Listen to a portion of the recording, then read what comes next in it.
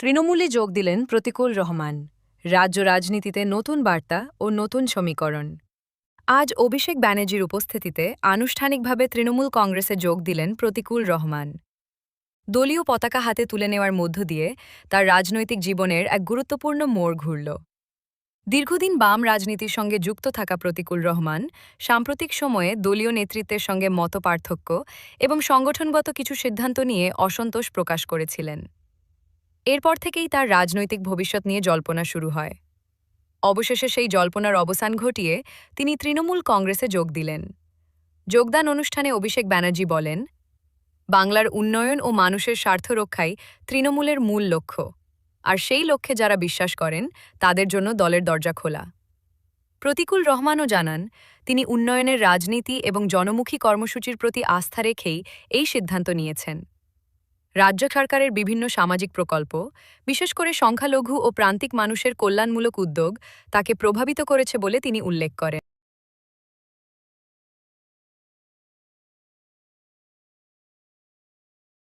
রাজনৈতিক বিশ্লেষকদের মতে প্রতিকূল রহমানের সাংগঠনিক দক্ষতা এবং নির্দিষ্ট কিছু অঞ্চলে তার ব্যক্তিগত প্রভাব তৃণমূলের পক্ষে তাৎপর্যপূর্ণ হতে পারে। বিশেষ করে দক্ষিণবঙ্গের কিছু এলাকায় তার সক্রিয় রাজনৈতিক যোগাযোগ রয়েছে, যা ভবিষ্যৎ নির্বাচনে দলকে বাড়তি সুবিধা দিতে পারে। সংখ্যালঘু ও যুব ভোট ব্যাংকে প্রভাব বিস্তারের কৌশলের অংশ হিসেবেও এই যোগদানকে দেখা হচ্ছে।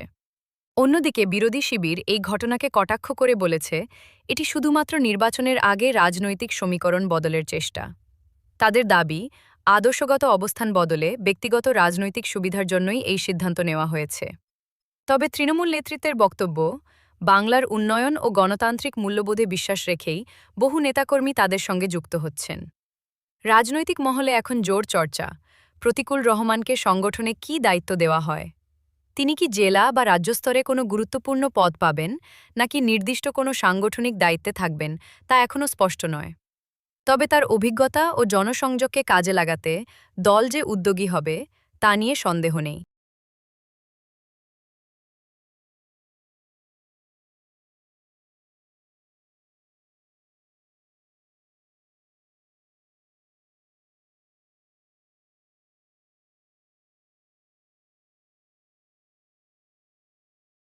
প্রতিকূল রহমানের অল ইন্ডিয়া তৃণমূল কংগ্রেসে যোগদান রাজ্যের রাজনৈতিক সমীকরণে একটি তাৎপর্যপূর্ণ ঘটনা হতে পারে।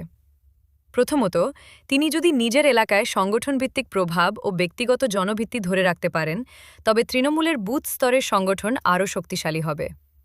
বিশেষ করে যে জেলায় বিরোধী শিবির শক্ত অবস্থানে আছে, সেখানে তার যোগদান দলীয় ভোট ব্যাংকে নতুন সংযোজন ঘটাতে পারে। দ্বিতীয়ত, সংখ্যালঘু ও তরুণ ভোটারদের মধ্যে তার গ্রহণযোগ্যতা থাকলে তা তৃণমূলের সামাজিক জোটকে আরও বিস্তৃত করবে।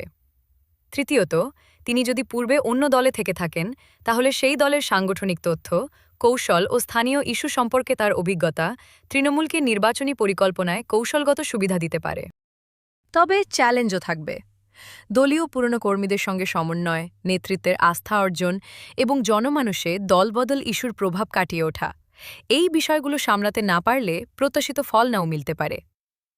সব মিলিয়ে প্রতিকূল রহমানের সক্রিয় ভূমিকা, সাংগঠনিক দক্ষতা ও জনসংযোগের ওপরই নির্ভর করবে তার যোগদান কতটা গুরুত্বপূর্ণ প্রভাব ফেলবে আসন্ন পঞ্চায়েত বা বিধানসভা নির্বাচনে।